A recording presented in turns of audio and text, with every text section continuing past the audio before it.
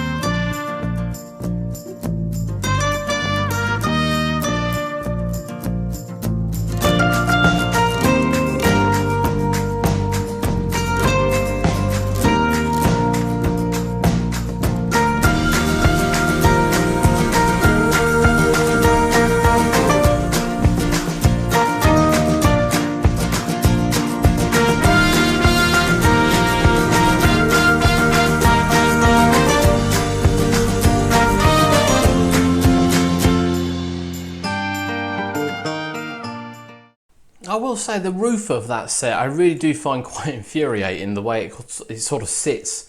I just don't agree with it at all. It just doesn't sit very well with me. However, we're moving on now. So the main part of that building is done. It will link to the monorail as well eventually.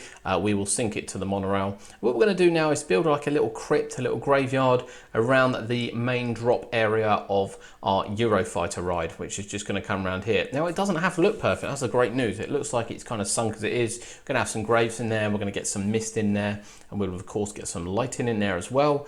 And you know, really kind of you know, make it look proper abandoned. That's kind of what we're going for here. We're going for the abandoned theme, everyone's favorite abandoned theme. But I think it will work really, really well in this area.